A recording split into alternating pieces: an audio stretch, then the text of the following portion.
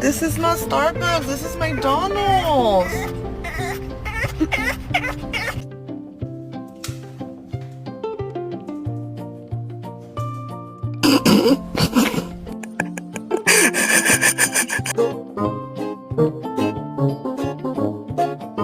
Hey guys, Uncle Ross.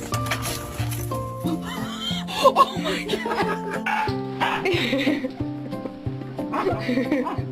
Okay.